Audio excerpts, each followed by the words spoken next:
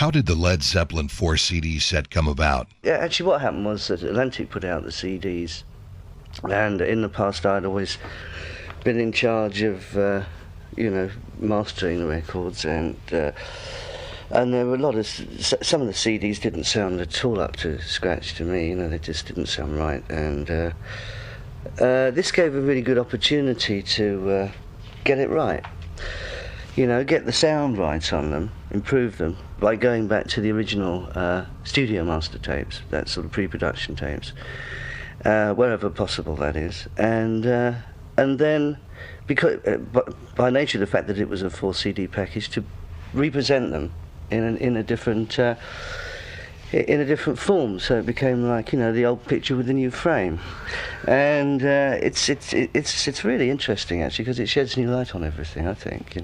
Where did you find all the old Led Zeppelin tapes? They were all over the place. Really, it was a treasure trove trying to find them all, but fortunately we were reasonably successful with that.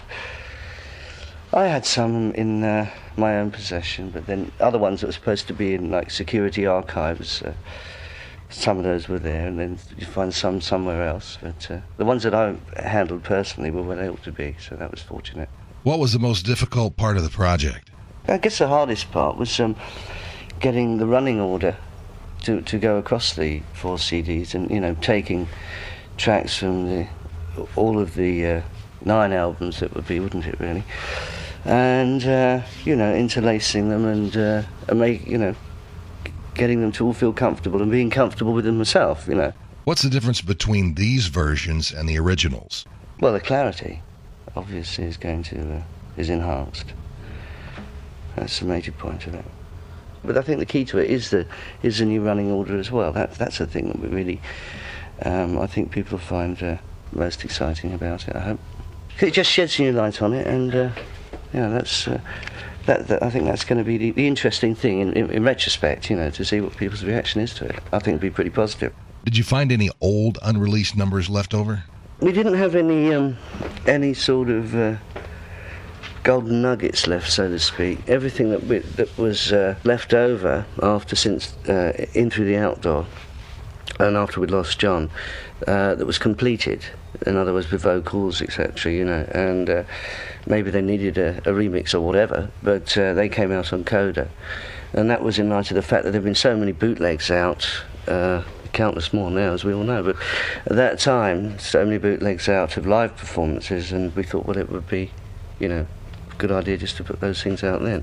So in fact they went out on Coda as opposed to coming out on this. So in fact there wasn't any studio material left.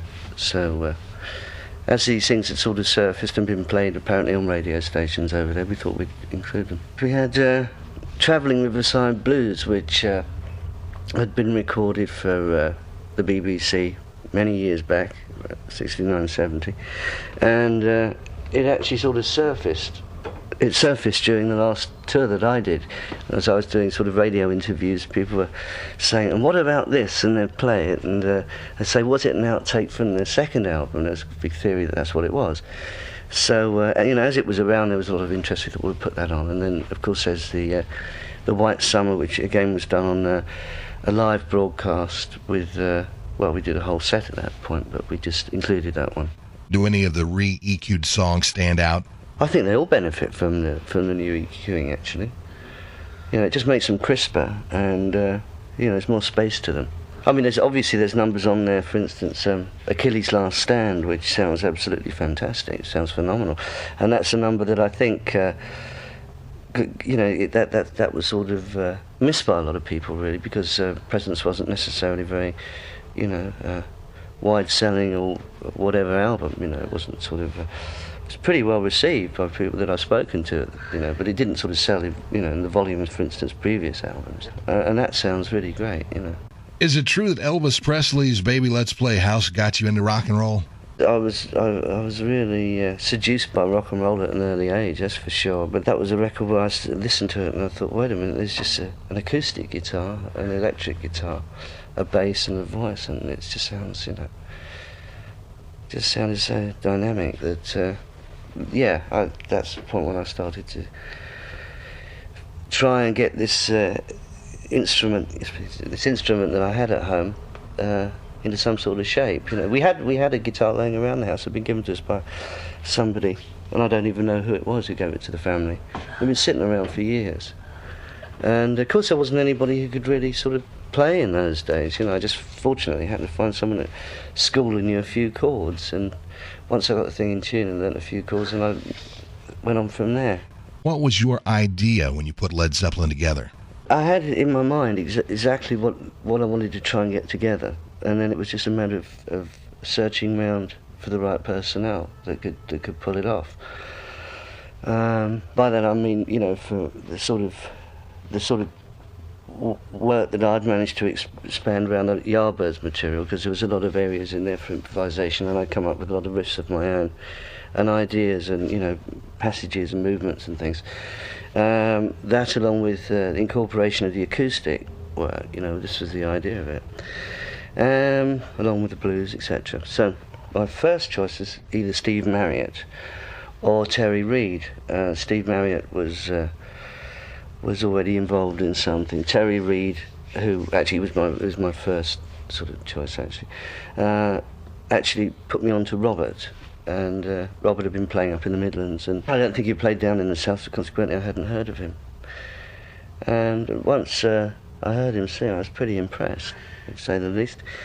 And I invited him to come down to my house and spend some time down there, and we'd discuss exactly what the plan was, and see how he could get along with it. And he was reasonably mutable, so it worked. And he although I had in mind a very powerful drummer, you know, I wasn't ready for John Bonham. I must say he was beyond the realms of anything that I could possibly have imagined. You know, it's absolutely phenomenal, and still is. I mean, his work's just incredible, isn't it? And actually, it was during this point of me going around and seeing Robert that Jonesy called me up and said, "I hear you putting a band together. There's all this nonsense about ads in the Melody Maker is absolute rubbish."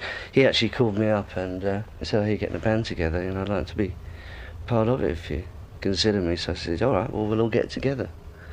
And we got together and had a rehearsal, and we didn't look back from there. How long did Led Zeppelin 1 take to record? The first album took about 36 hours or something like that. In actual hours. Obviously, it wasn't, you know, go in the studio and work for 36 hours. It was over a period. But when it was all added up, it was that, you know, that amount of time. I mean, I knew by the studio bill.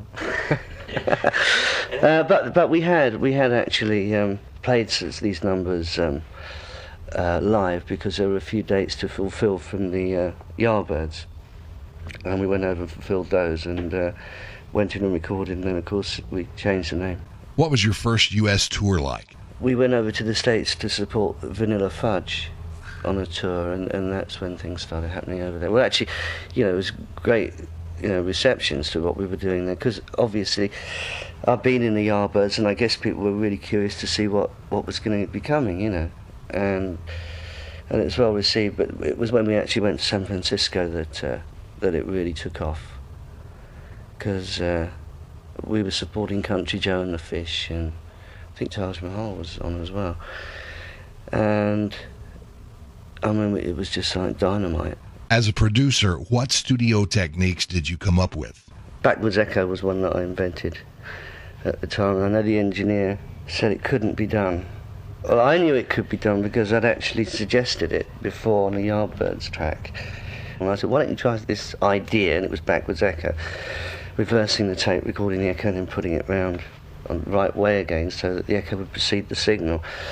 And the engineer, Glyn Johns, at the time, for the first album, he's the engineer for the first album, he said, this is impossible, won't work, it's impossible. I said, will you do what I'm telling you to do? Just do it. And of course, when we put the tape round the right way again and played it back, he was grudgingly moving the fader up, and you could hear this fantastic sound. It was only really employed on that album, on the end of You Shook Me. Jimmy, what's the most satisfying thing about Led Zeppelin to you? The most satisfying, you know, it's the most rewarding part of it, as for me talking about it, and how it's a fact of having, you know, been part of music like that, which has stood up to the test of time. I think every musician hopes that their music will hold up, and let alone having been part of a fabulous band as well, into the bargain, you know, it's wonderful.